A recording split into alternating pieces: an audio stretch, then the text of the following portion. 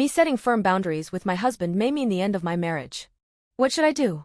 I 34F have been married to a smart, sexy, witty, wonderful man 34M for 5 years, dated him for 6 years prior to that, and known him as a friend for 5 years before that. He has been a part of my life for so long it's hard to remember what my life was like before he was in it in some capacity. I love him dearly, and I love the life we've built together. He doesn't handle his frustration or anger or insecurities well. He has a lot of trust issues, despite the fact that I haven't done anything to merit distrust, which he will acknowledge. His trust issues stem from legitimate childhood trauma and will frequently presume worst intentions. Sometimes he might see something small and his brain will draw conclusions like, "Wife hasn't put the dishes away," even though I never asked it, and there are plenty of times I don't put dishes away, therefore she doesn't respect me or prioritize our relationship.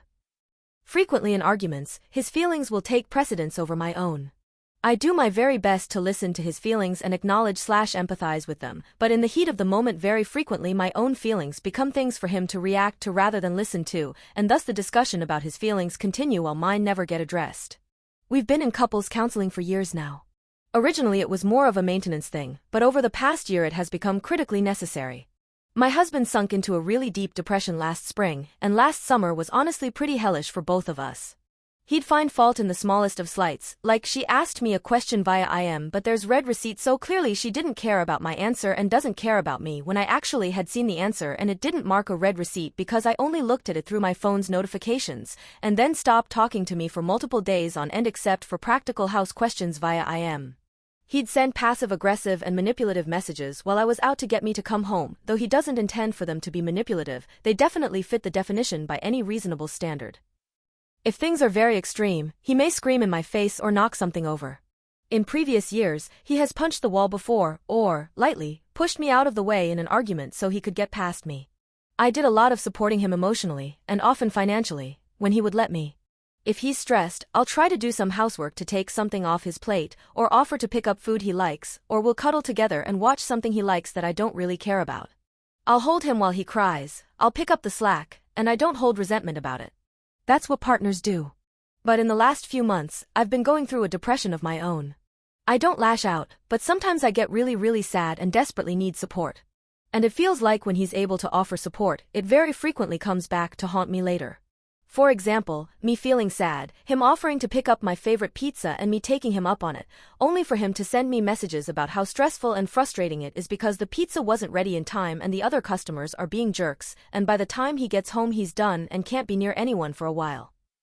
Most recently I was having a really bad day, and he was there for me, held me while I cried, did some housework, talked me through some things.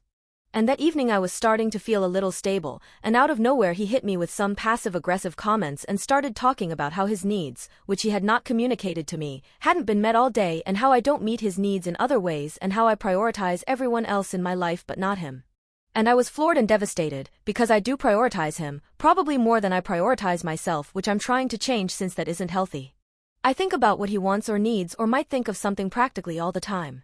But also, it was one more example of how I can't truly lean on him. I can't trust that he'll be able to support me emotionally even when he says he can.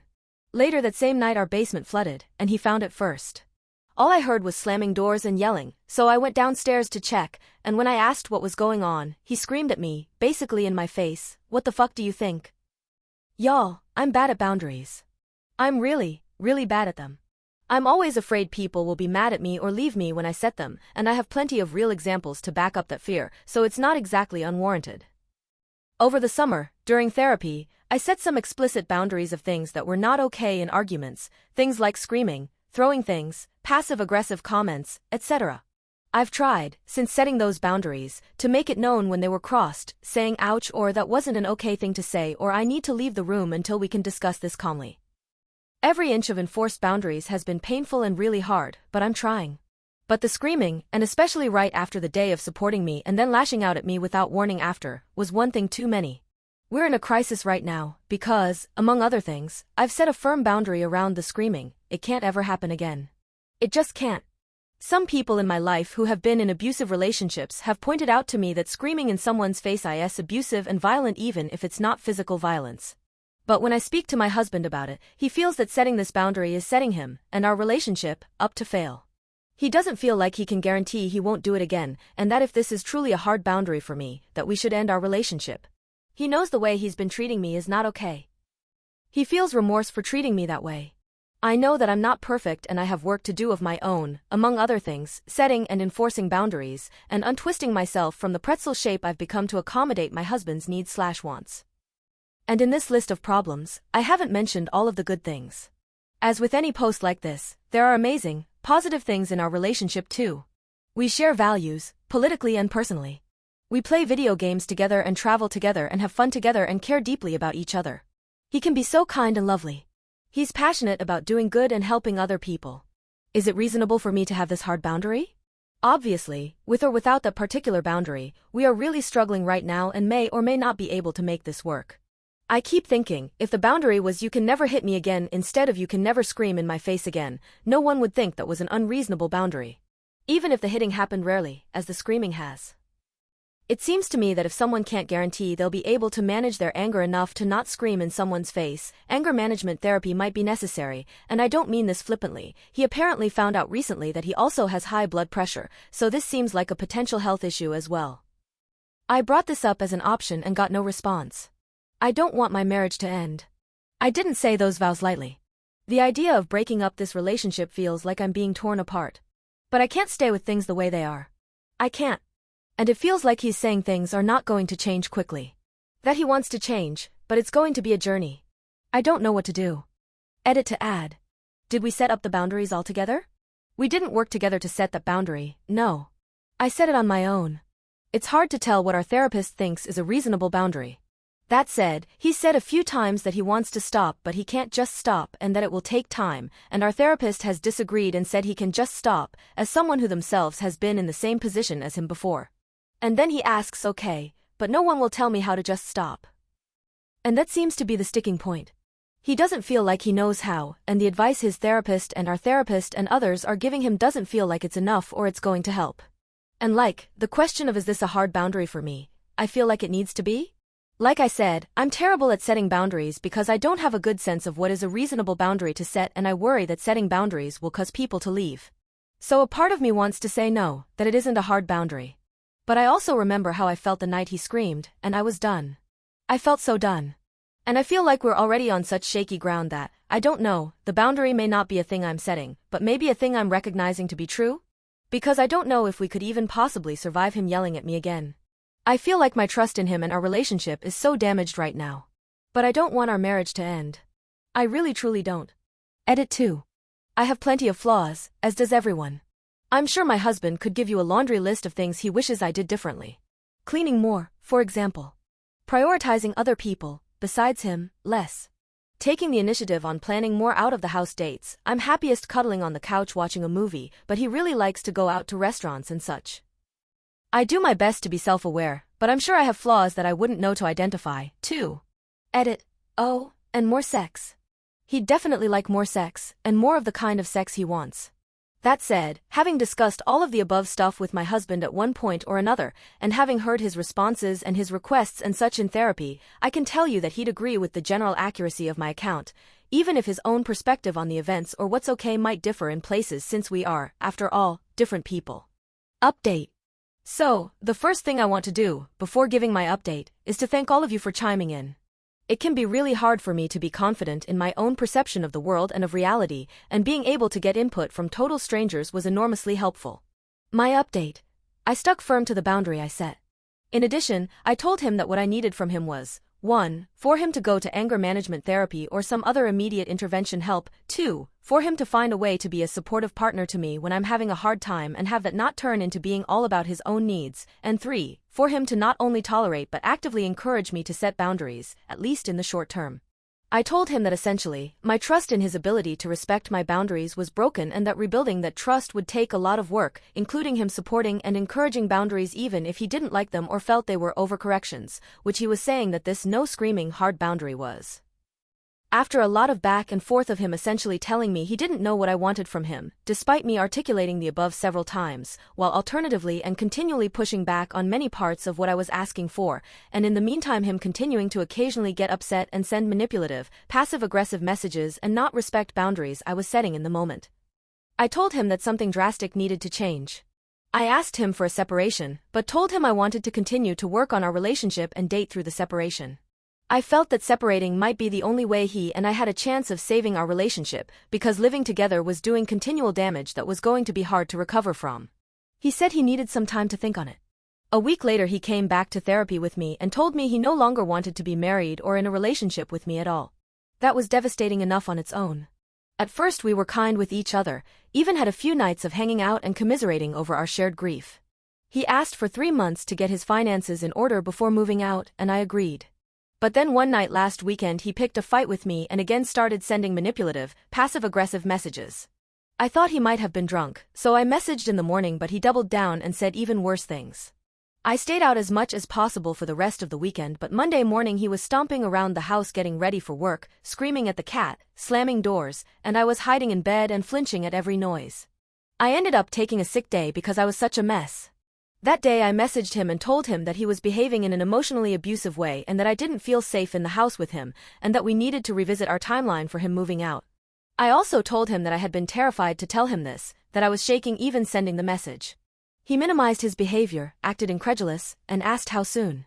I told him end of April. He freaked out and said he needed until July.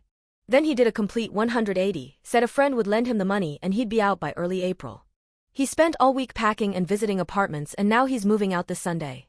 Which is a little bit of a relief, but is also such a strong rubber banding move that I'm certain it's him attempting to take control of the situation, and I'm sure his story to everyone else is that I don't care about his pain and am kicking him out early. Anyway, that pretty much brings us up to speed. I've been coming to terms, slowly, with the fact that I've been in an emotionally abusive relationship for years.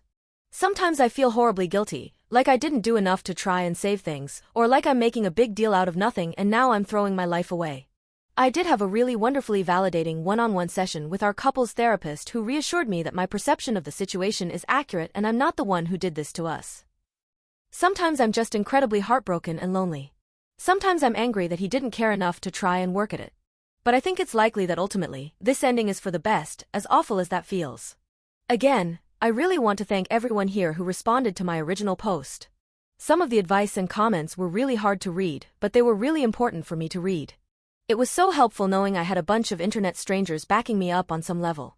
I think some of my ex's minimizing has caused me to feel really unsure about how I'm perceiving the situation, potentially even gaslighting, though likely unintentional, so having folks who could confirm that what was happening was not okay was vital. I'm lucky to have a good support system locally as well, so as awful as this all is, I might just get through it okay. Update 2. I wanted to give y'all another update, hopefully the last one. It's been about a year since my original post, 10 months since the first update. My ex did move out. Thankfully, moving day was uneventful, and then he was gone. And as many commentators predicted, when he was gone from the house it was a huge relief. I didn't have to cringe at every little sound anymore. I could breathe again. I was really sad, but my space was my own. And then I got laid off. No joke. Hell of a 1-2 punch right there. The past 2 years have, on the whole, been incredibly painful. The year that my marriage fell apart, and then the year I had to spend recovering from that blow. I had to job hunt while mourning the death of my relationship, and as soon as I found a new job I also found out my house needed hugely expensive repairs that, after all of this mess as well as having supported my ex not working for a year, I just didn't have the cash for. And figuring out how to be on my own for a while, I had people there to support me, but in the day-to-day, hour-to-hour through this mess I was ultimately on my own, and that was hard. Binging The Marvelous Mrs. Maisel helped a bit. He also kept reaching out. For a while it was occasionally chatty, but as time went on and I came more to terms with how he treated me, and how frequently his messages had a tinge of emotional manipulation to them, I distanced myself. He messaged me once to ask if I regretted our entire relationship, on the whole, or if I thought he was a terrible person, on the whole.